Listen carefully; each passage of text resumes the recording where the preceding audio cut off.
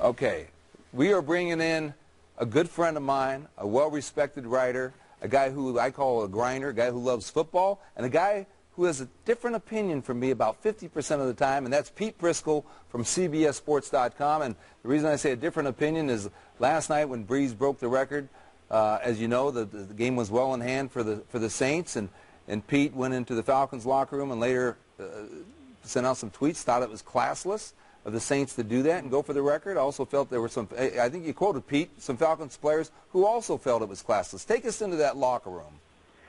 Well, I mean, they weren't happy about it. And you know, publicly, guys aren't going to come out and say that and put their name to it, obviously. And you go around and work the locker room and you find out more and more that they were not happy about it. And neither was the coaching staff and neither was the front office. They thought that if it happened in the context of the game, that's fine. If there wasn't a game next week, it would have been fine. If there wasn't a home game next week, it would have been fine. But all that happens next week, so why do it when it's not happening in the context of the game? And Pete, as you know, I have a different viewpoint. I think that it was appropriate, you know, and not only that, my feeling is, how did Dan Marino get hurt?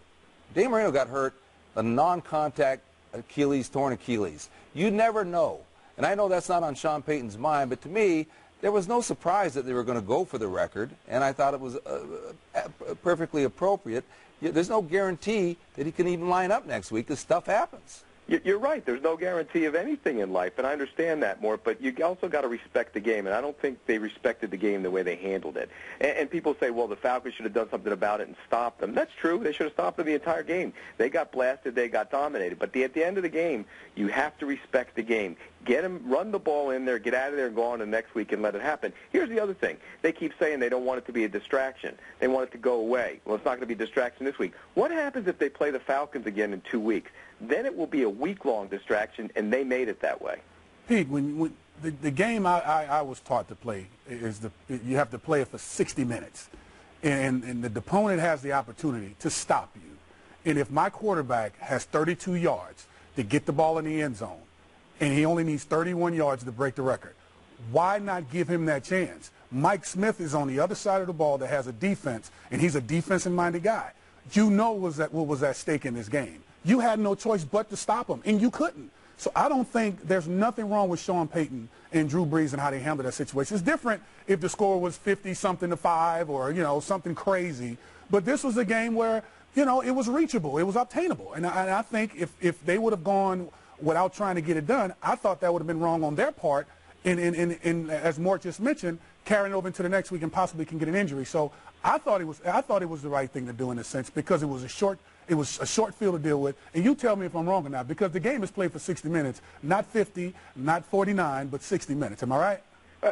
You're right, but 5 out of 6 pass plays were pass plays on that last drive. It's just rubbing your face in it. I mean, that's all it is to me. It's rubbing your face in it. And, you know, what goes around comes around. And I asked Sean last night. I said, Sean, what if somebody did that to you? How would you feel about it? And he really didn't have an answer for me because he said it wasn't on him. He wasn't in that situation. But I know Sean, and Sean's a feisty guy. He wouldn't have liked it very much. Well, Pete, I wanted to hear that viewpoint because actually we did have some fans who tweeted that as well. And you can follow Pete on @PriscoCBS. And thanks for joining us, bud. All right, guys, take care. Take care. Brees not the only quarterback to have a record-setting performance in Week 16. Cam Newton